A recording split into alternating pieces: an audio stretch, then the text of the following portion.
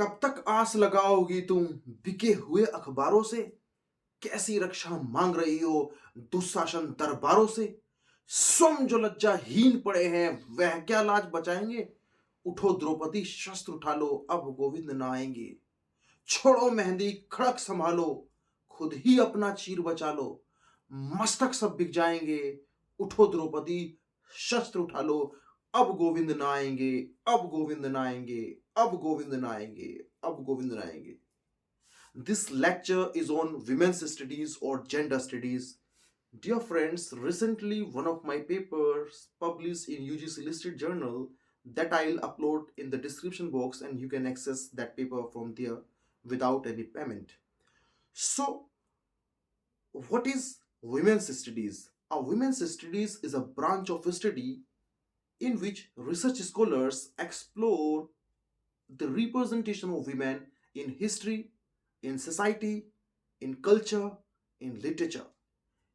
They give new ideas related to the women and how to empower them. They lay out their problems, their emerging problems in the society, and they try to give a solution how one can overcome or how society can overcome the problems of women in terms of subjugation, exploitation, domestic violence, rape, and gender biases in terms of their education. So, this is brief about the gender studies and women's studies. So, we have some key terms in this realm, in the realm of women's studies. So, in this lecture, I am going to explore these key terms that would help you to select your PhD topic, and you can take your PhD topic, and this is a perennial area to work on. So, the first term is gender. So, what is gender? The term gender has been derived from the Latin term genus, which means sort, type, kind, division, compartment, section. What kind of division? Gender reflects the division between male sex and female sex. It's about the difference between the male sex and the female sex. It's about behavior. Gender is about behavior. Gender is about psychology. Gender is about cultural representation. So, gender is a dynamic, culturally constructed notion. It is purely cultural, social, anthropological, ethical concept. That is why gender may change, but sex may not change. Sex is about biology, the biological human composition. It's about reproductive anatomy, but gender is about socio-cultural anthropological behavior construction of a male or a female. It's through sense, it's through psyche, it's a societal construction. That is why gender has a performative and transformative utterance.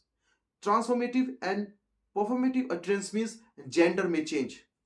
And the examples are in the plays of Shakespeare, we have read that many female characters disguise themselves into a male body.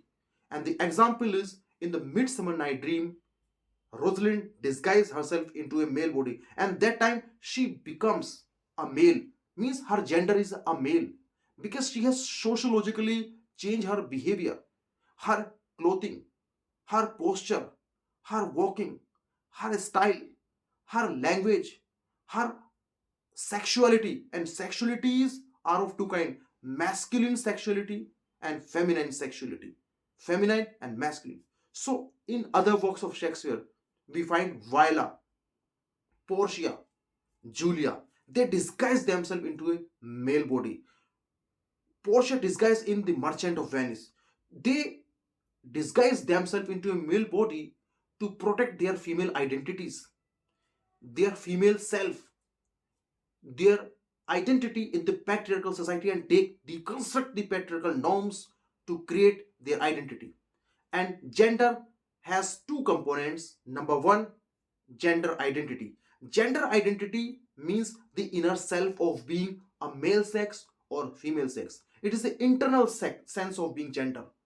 And gender expression. The second component is gender expression.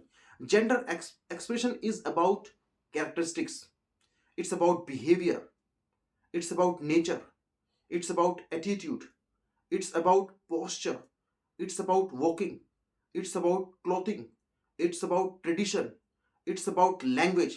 Because the language of male and language of female, we have difference. And the best example is Miss Julie. So gender is a performative utterance. Now the next example I would give you from the Indian cinema, Indian films. In Jani Dushman, in Bajirao Mastani, in Mr. India, the central female characters disguise themselves into a male body. They change their gender. That is why gender is performative. In Jani Dushman, the principal character, Reena Roy, and in the film her name is Reshma. She disguised herself into a male body to protect her female identity, her female self, to deconstruct the patriarchal norms, because that was the male dominated society and female were not safe in this society. And Bajirao Mastani, to fight in the battlefield, she disguised herself into a male body. And when she first time meets Ranveer Singh in the film Bajirao, her identity is revealed, and both characters' identities are revealed in the similar way in the battlefield.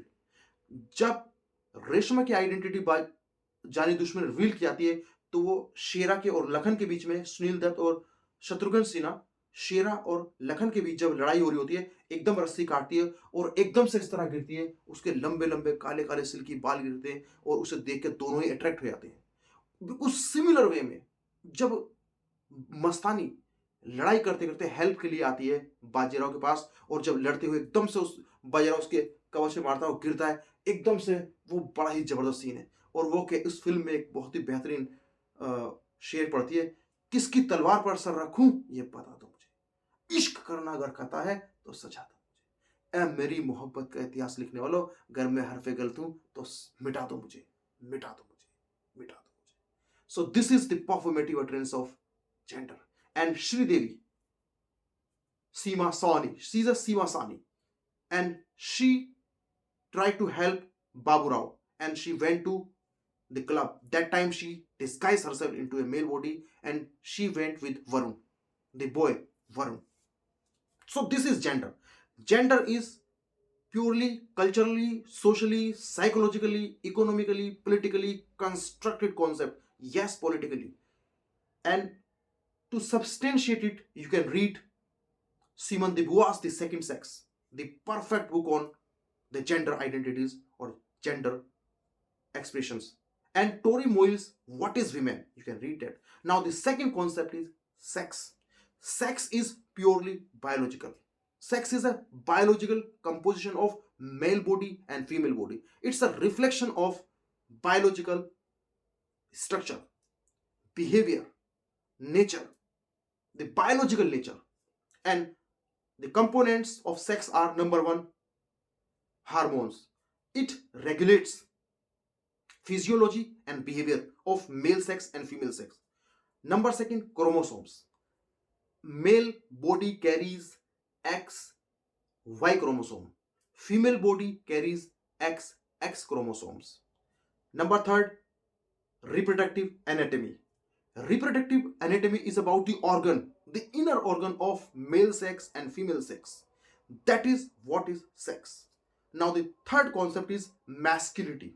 Masculinity, the term masculinity has been derived from the Latin term masculus, which means the male person, the male sex, the adult male. And masculinity is about behavior, it's about psychology, how masculinity impacts behavior. Being a male, and it impacts the behavior of a person, and that behavior impacts activities, psychology, performance, business, health, work, everything. And masculinity is about power, muscles, behavior, Mardana behavior. इसे कहते हैं मर्दाना behavior. How a boy reflects her Manliness, power, physics, body, muscles. That is what is masculinity. Femininity. Femininity means, in a very simple language, the construction of female, girl, women in a biological body. In the similar way, masculinity is a construction of boy, man in a physical body. Construction of body, male, female. So masculinity, femininity means the construction of boy, construction of female, construction of girl or women in a body. This is also about behavior. Masculinity is characterized by behavior. It's sexual identities, it's sexual orientation, it's about fantasies, it's about desire, it's about sexual desire, it's about love, it's about feeling, it's about psychological process of thinking, how a woman's think, it's about the psychological thinking, behavior, nature, aptitude, and social, cultural, political, economic role of a woman. Yes, the earning responsibilities mainly were on men, but now it has transformed, it is changing. So that was also the nature, that was also the part of masculinity and femininity. So the next concept is womanhood. It's a broad area. Womanhood is a broad area, it's a huge canvas. Womanhood means the state of being women. Womanhood means, or women means, womanhood reflects an adult women person, a fertile women person who is capable of pregnancy, who can give birth of a child. It's about age, it's about stage. Womanhood means being a woman. It's about physical transformation and how that physical biological transformation impacts a woman's mind, and how her mind psychology impacts her behavior, and how her behavior reflects her relationship, and how her relationship impacts her family, culture, and society. Because motherhood may includes femininity. Motherhood, womanhood includes femininity, motherhood, girlhood.